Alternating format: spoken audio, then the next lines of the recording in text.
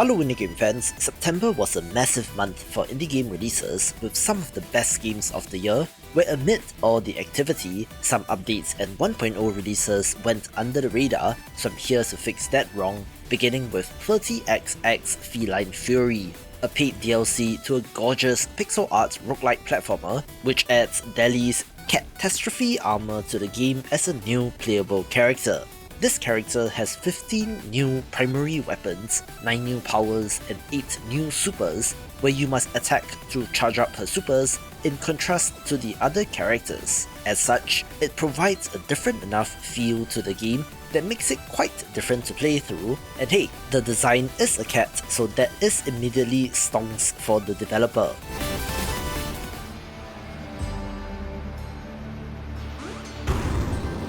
Now here's a crossover that I did not expect, since the CRPG Pathfinder Wrath of the Righteous released the Visitors from Morta free DLC, which sees Papa and daughter Bergson literally cross over into this new world. It adds 2 new archetypes to the game, which gives you more options, and has a quest that sees you helping them find their way home, and the best part is that this is free, so if you own the base game, do add this to your library. This video is brought to you by Guild Saga Vanished Worlds, a sprawling turn-based tactical RPG that draws inspirations from the classic RPGs of old, adding depth and more strategy to the genre in their own way. You play as a fledgling member of the Heroes Guild who, on your first mission, find your ship capsized by a mysterious maelstrom and awaken on a strange island. This has character customization where you can forge your own hero, choosing from 5 playable races, defining your own inclinations and shaping your talents and skills as the game progresses. Also being able to assemble a party of heroes ranging from knights, sorcerers and even the undead. Companions are also fully customizable with their own skills and equipment as you craft the perfect party with complementary abilities to most effectively take out your enemies, made even more strategic since you can mix and match abilities from the different schools with the same character. This is all wrapped up with a meticulously designed world with their own rich lore and writing, so if this looks good to you, the game releases today, October 10th in Steam Early Access, so do pick it up if interested. We also had a major update to the sandbox city simulation title Bulwark Falconeer Chronicles, which is now known as Bulwark Evolution Falconeer Chronicles, which adds a bunch of new modes to the game. The base game, before the update, seemed to have some sort of identity crisis, since it was pretty much a city builder that looked mighty impressive, but where the simulation stuff kind of happened in the background and you could largely watch, in contrast with their earlier aerial combat title named the Falconeer. This update has a mode which adds more strategy in, so that you can control a command flagship, declare war on other factions, create trade routes and alliances and more, but also on the other hand has a free play sandbox mode, so there's something for everyone here. We also had the 1.0 release of Roots of Yggdrasil, a roguelike city builder with a Norse mythology theme, in which you have to build settlements and to explore the 9 realms to reach the top of the world tree in a post-Ragnarok world. There is an antagonistic force that takes the form of a purple mist that will wreck your which will cause the destruction of your buildings and the end of your run. But you do have a permanent home base to return to, and thus have meta progression upgrades that will allow you to get just a little bit further in your next run. The art style is awesome as well, and mixes the construction portion with a deck building element, being for strategy game fans, where this is very underrated, so do give it a look.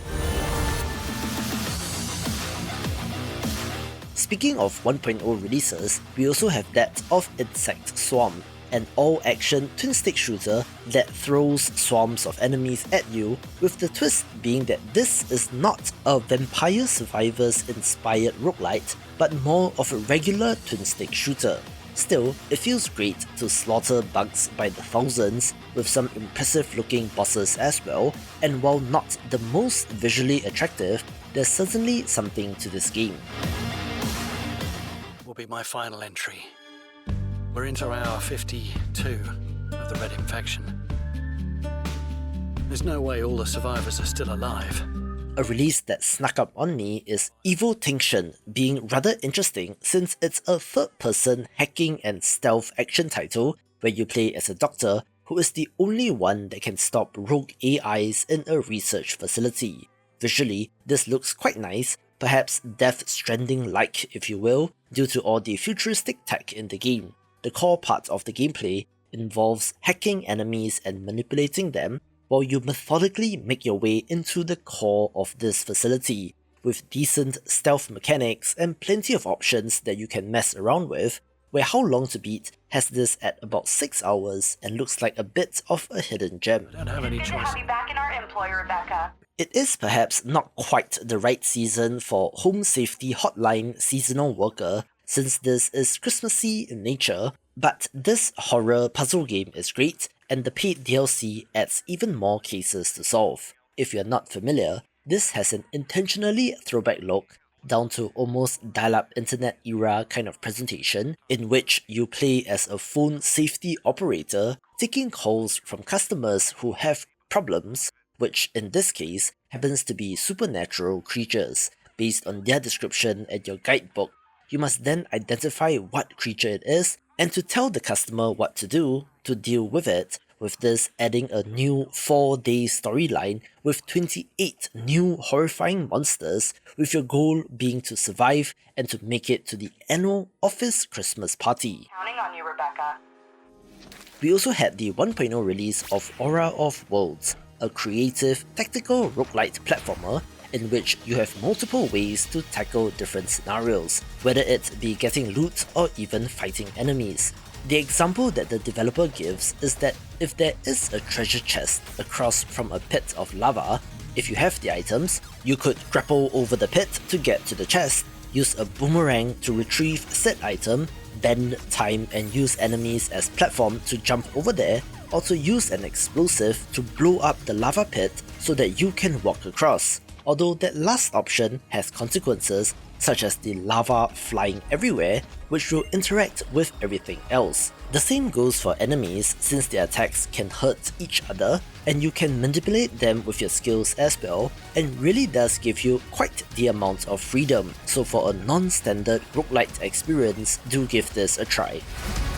I missed the release of Beyond Galaxyland, which is a pixel art retro-futuristic turn-based RPG in which our hero and his gun-wielding guinea pig go on an adventure to save Earth itself. Maybe it's me, but from the first look at this game's trailer, it kind of looked like a narrative adventure game to me rather than an RPG, which might have confused some of you as well. But there appears to be an epic galaxy-spanning story as well as some gorgeous pixel art, mixed in with a ton of variety in gameplay, from combat to platforming and even auto-runner sections, looking pretty cool and unique. I am probably not up to date on my Turtles lore since the announcement and release of Teenage Mutant Ninja Turtles Shredder's Revenge Radical Reptiles came as a little bit of a surprise to me, since it adds 2 new characters in Mondo, Gecko and Mona Lisa. Who, you ask? Yes, I had that same reaction,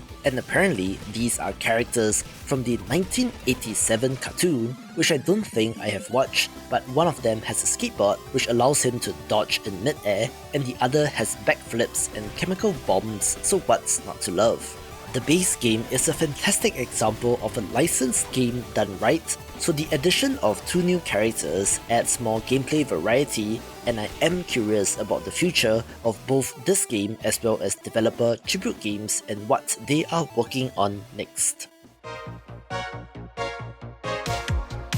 We had quite the tepid response to Atari 50 The Wider World of Atari, a paid DLC to the critically acclaimed documentary plus game collection Atari 50 from 2022, where this adds 19 new games, including some underappreciated gems from the Atari 2600, as well as 8 new video segments, including the creation of Breakout, as well as about the creation of the Atari logo. But the rollout of this might be a little suspect since they didn't even upload the trailer onto the Steam DLC store page, which perhaps explains the reaction since people might not be aware of this.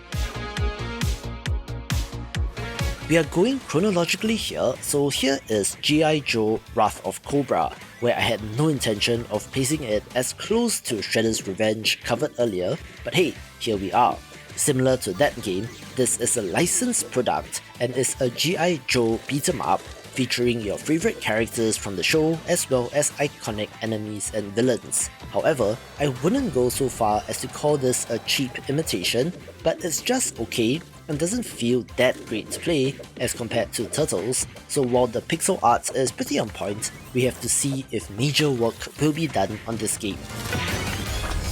Another 1.0 release that caught me by surprise is Into the Necrovale, a pixel art action-adventure RPG that has more in common with something like Diablo, in which you are slaughtering hordes of enemies and it feels good to play. You are playing as a condemned criminal who has to delve into the Necrovale after being selected by the All-Father himself, being able to preserve or destroy this tired world, which is left up to you. It is a loot treadmill kind of game with hundreds of items and many more combinations, and is a great action RPG worth a play. The developer of Thyria did reach out to share the news of their 1.0 release, where I have covered this RPG title in the past and warrants another mention. The interesting part about this game is that you'll notice that I don't specify what type of RPG it is, since it mixes a bunch of them, having turn-based combat, but also real-time dynamic exploration where you can fire off spells at oncoming enemies. There is of course variety in upgrades and progression systems in your home base of the laboratory, which will allow you to get stronger as well as recruit unique guardians to fight alongside with you, being a rather unique experience that is worth a try.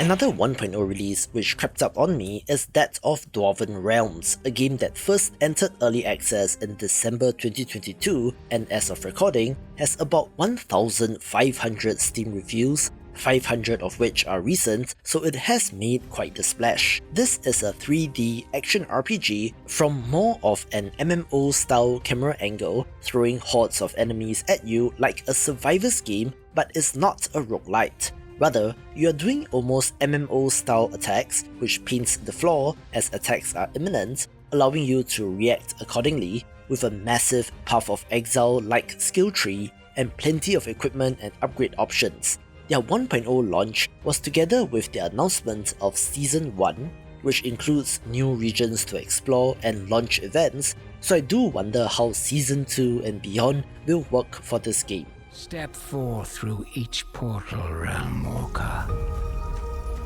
With every challenge conquered, the Crossways reclaim their former glory. Based solely on Steam reviews, Nightingale Realms Rebuilt was a very well-received update since the recent 930 reviews as of recording netted out at mostly positive for this survival crafting game as compared to its mixed reviews overall, where this not-so-indie title had a bunch of hype at launch but did get knocked for not having an offline mode, but that is now included, addressing one of the main issues. The Realms Rebuilt update adds more story campaign content, revamped Sites of Power dungeons, added new procedurally generated worlds, as well as new weapons, spells, charms, pets, a building tile set, and so much more. So it looks like early access was the right choice for this game as the developer continues to tweak and make it better.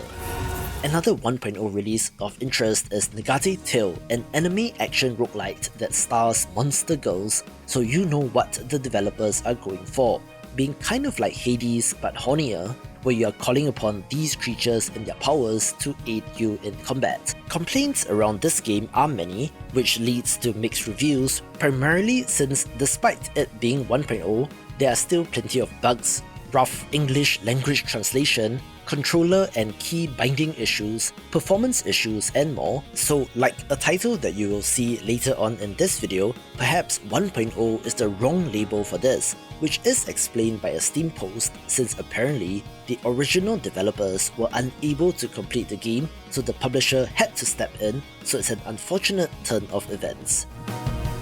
We also had the release of Pyrene last month, a card-based roguelike dungeon crawler that is making quite the splash due to its combat and relatively fast-paced gameplay. Do not be fooled by the cards, this is not a deck builder in the traditional sense, but rather allows for simple, clean representations of characters, items and enemies as you make your way through dungeons, collecting loot, fighting enemies and finding out the truth behind the destruction of your village. It is quick, snappy and has a bunch of variety with regards to playable characters and is underrated all things considered.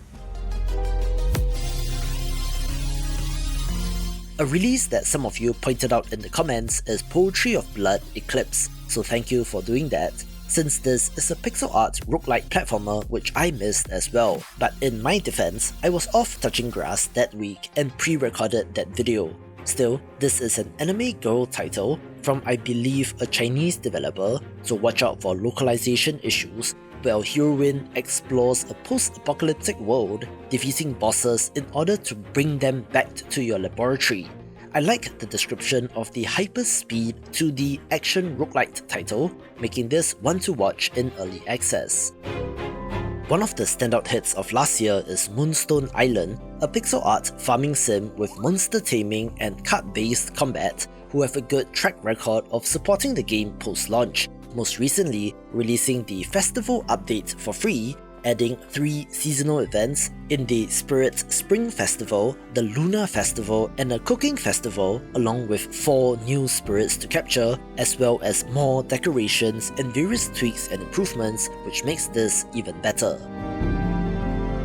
We also had the 1.0 release of Shadows of Doubt, a first-person sandbox detective stealth game with a voxel art style where you have to take on various cases to earn money with a larger goal of hunting down a serial killer, which impressed in early access, but the 1.0 release does have its detractors. For example, this has added kidnapping cases to solve, and that is pretty much it, where people are complaining of wasted potential on how good a game this can be. Some say that the city has a superficial amount of life to it, in that while the characters have some form of their own schedules, there isn't really any real depth to the behaviour. Now there might be some constraints to the engine or how the game is designed, but recent reviews are mixed, although this has a total of 10,600 as of recording, which translates to many copies sold, but a bit of a disappointment, but maybe they will have post-launch support.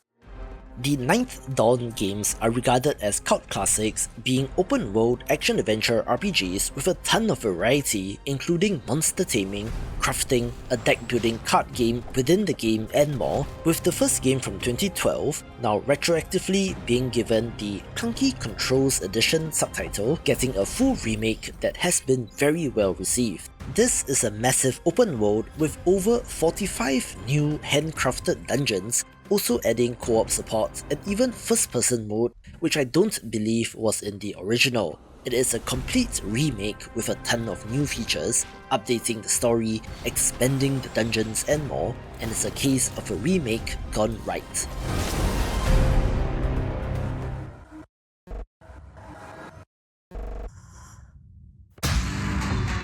Here's a weird one which has exploded in popularity, where the non-linear horror title Mouthwashing has made quite the impact, telling a tale of 5 crew members stranded in space, which is a place where God is not watching. It's a psychological horror game in which the captain of the crew has attempted to kill himself, but even that has failed, and now, maimed, limbless and unable to speak, he is at the mercy of his crew, who he has doomed to a slow death. Power will run out in 6 months and food long before that, so it's a struggle to survive as you watch them battle starvation, madness and maybe each other, with a very trippy presentation and a core sense of existential dread.